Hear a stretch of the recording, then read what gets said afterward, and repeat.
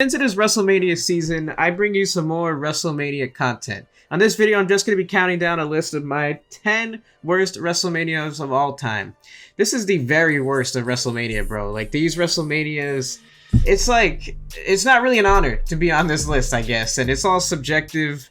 If you disagree, that's fine with my choices. I won't be upset. You shouldn't be upset if you disagree with my choices. With that being said, let's just get right into it. The video is going to be pretty straightforward, pretty straight to the point. So I came up with this list just by writing out a list of WrestleManias that I thought were really bad, that I've seen and I've sat through. And then I asked myself, which one would I be most likely to watch again? And that's where I start at number 10 for the 10th worst. At number 10, I have WrestleMania 29, otherwise known as Twice in a Lifetime, John Cena versus The Rock. This WrestleMania makes the list for so many reasons. The first off is, again, because of the Twice in a Lifetime. The first time around for Cena Rock at WrestleMania 28, that was magical. We've seen the videos about them. People have made videos. The Elite has made one yesterday that's really good. Just captivating the magic that was once in a lifetime. It's just not the same when you go back on your word and there's all this magic. Like nobody thought The Rock would ever come back to wrestle. And then we get this. This is it. This is The Rock's comeback. He's facing Cena. That's it. We're never going to see The Rock wrestle again. It was like you had to see it. And then they go back on their word immediately and do another rematch. It felt so forced. And on top of that, the card for this show was just brutal. You had Ryback versus Mark Henry. You've got Alberto Del Rio versus Jack Swagger for the big gold belt. And then Triple H versus Brock Lesnar, where we got Triple H with no hair. I don't care what anybody says, Triple H will always have hair. Like, that's always going to be his best look. And the story here was just Brock broke Triple H's arm. We had Triple H crying in the middle of the ring at SummerSlam after Brock beat him.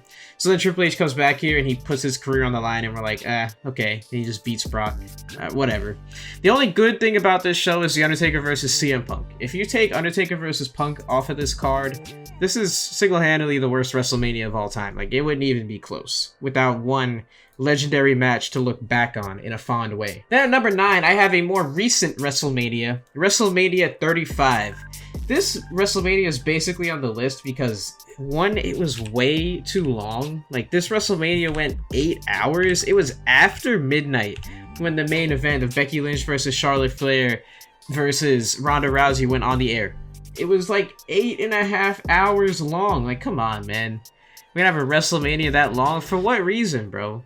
What reason do we need? You have AJ Styles and Orton. Oh, it's a main event caliber match. Well, they went on second on this card. You have Brock Lesnar getting squashed by Seth Rollins in the opener of the card.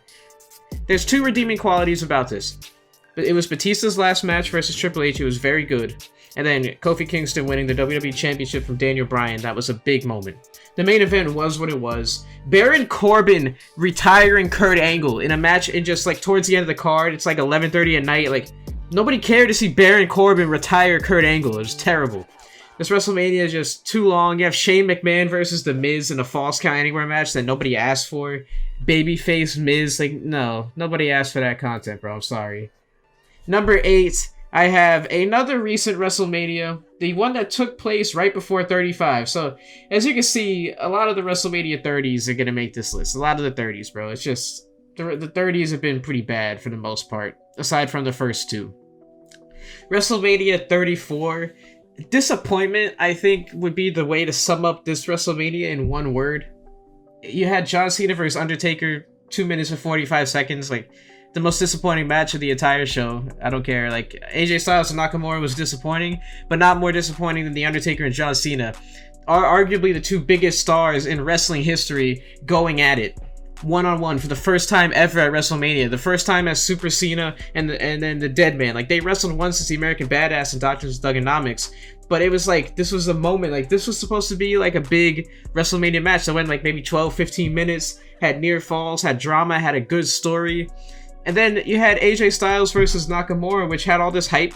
No real build. It was just like, oh, these two guys that wrestled in Japan, they're going to have a great match in WWE. This is going to be Nakamura's coming out party. He's going to win the WWE Championship, maybe. And instead, AJ beats him after a boring 20-minute match and then turns heel and low blows him.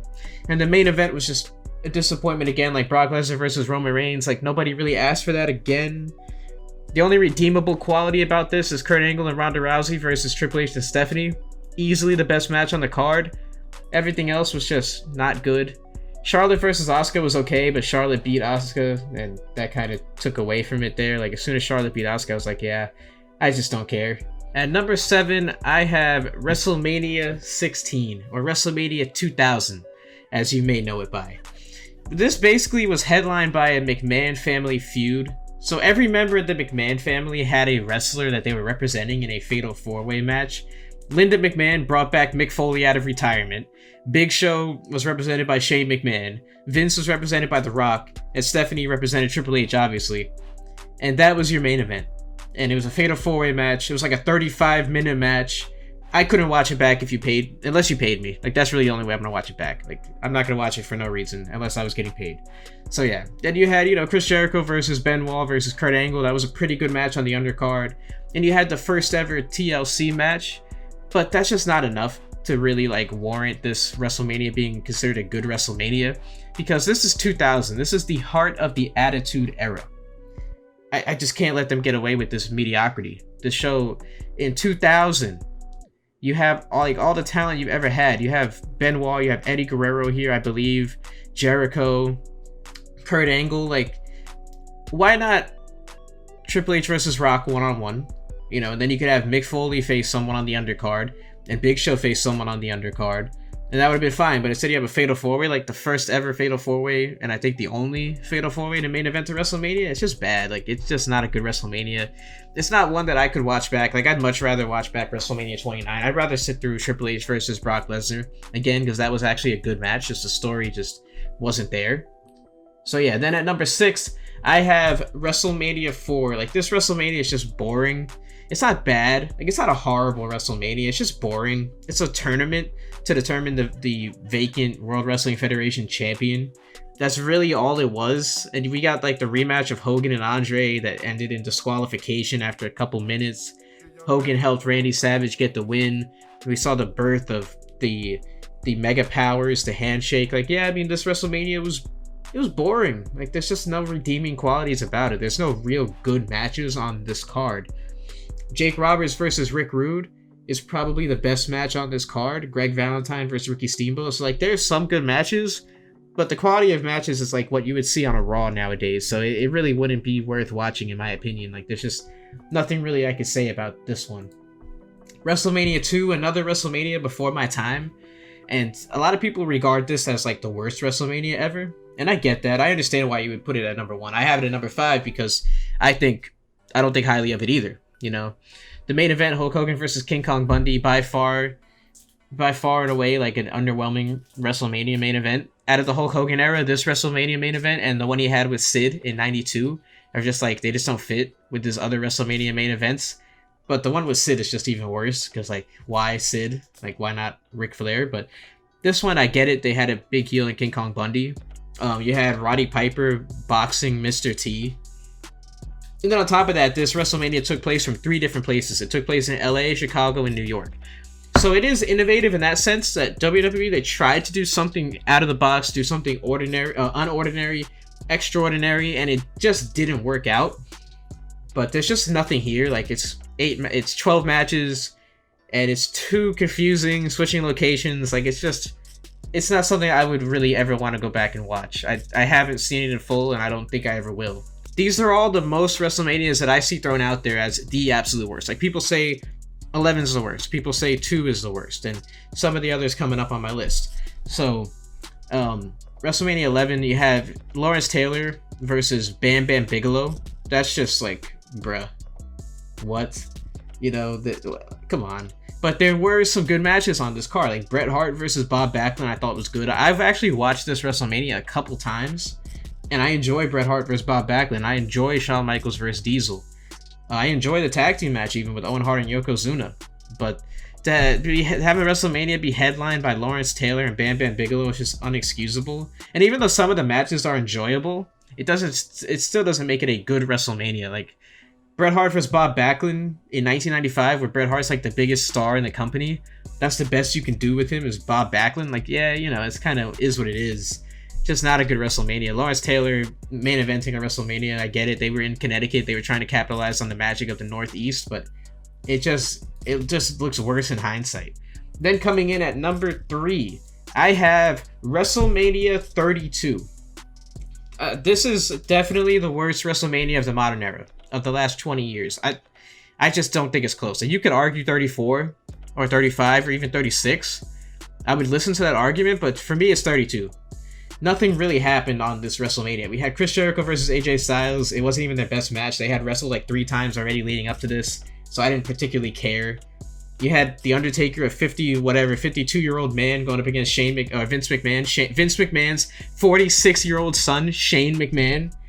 That was a 30-minute match. It was just Undertaker like beating him up slowly and methodically, and then Shane jumps off the cell. So yeah, memorable moment, Shane jumping off the cell, but the match sucked. Shane, if he had won, he was going to be given Raw. He got given SmackDown anyway for his effort. We had Baron Corbin win the Andre the Giant Memorial Battle Royal. This show was like 8 hours long, like 6.5 or whatever, in front of 100,000 people in Dallas, Texas. How did 100,000 people fill into an arena to watch The Undertaker versus Shane and to watch like Jericho and AJ Styles wrestle for like the 8th time? You know, the ladder match to open the show was good, but you know, you have like the League of Nations versus the New Day. Charlotte versus Becky and Sasha for the first women's championship. Like, Charlotte gets another accolade. The Rock versus Eric Rowan in a 6-second match. And arguably the worst WrestleMania main event of all time. You could argue it. I'm not saying it is, but you could argue it. Roman Reigns versus Triple H. Just no story. Who cared? It was like just bad. It was just bad. You know, what else can I say? It was just a bad WrestleMania. And a forced WrestleMania moment with Stone Cold, Mick Foley, and Shawn Michaels that nobody really wanted to see. Alright, coming in at number 2, I have WrestleMania 9.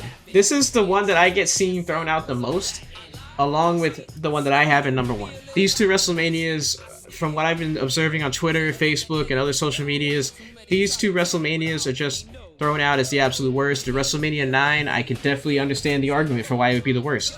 Bret Hart, it defends his championship against Yokozuna. Yokozuna beats him. Hulk Hogan comes out and it's like, oh, I want a championship match, brother. Mr. Fuji gives him a match. Hulk Hogan beats Yokozuna in 22 seconds after he just won the title. So we get 2 title changes at WrestleMania. Hulk Hogan technically main events WrestleMania because, you know, it's 1993. And Hulk Hogan's still the biggest star in wrestling, so he's got a main event, brother. And yeah, what else do I need to say? That's really all I need to say. I'm not even going to talk about the rest of the card. WrestleMania 27 is my number 1 worst WrestleMania of all time. You guys knew it was coming. You knew it was coming. Then this one, it's almost not subjective, because a lot of people, like I said, a lot of people throw this one out there as the absolute worst, and it has an argument, and I think it is. And my argument for this WrestleMania being the worst is simple. This was a 3-hour episode of Raw, 3.5-hour, 4-hour episode of Raw. It was not a WrestleMania. The only WrestleMania match on this card is The Undertaker versus Triple H. Michael Cole versus Jerry Lawler, that's not a WrestleMania match. Randy Orton versus CM Punk, that's like a Battlegrounds pay-per-view match. Big Show Kane, Kofi Kingston, and Santino Marella versus The Core, that's like a main event match. Cody versus Rey Mysterio, that's a SmackDown match. Edge versus Del Rio, that's a B or C pay-per-view match. That's not a WrestleMania match. John Morrison, Snooki, Trish Stratus versus Ziggler and Lay Cool. Like, Trish Stratus came out of retirement for this? And then The Miz main eventing with John Cena. Like, I just can't excuse it, bro. The Miz being in the main event of a WrestleMania versus John Cena. Like, if that was a Raw main event, people would be disappointed in 2021. Let alone a WrestleMania main event. That's all I need to say. I rest my case. That's been my 10 worst WrestleManias. You know what to do. Hit that like button, leave a comment, subscribe, and thank you all so much for watching.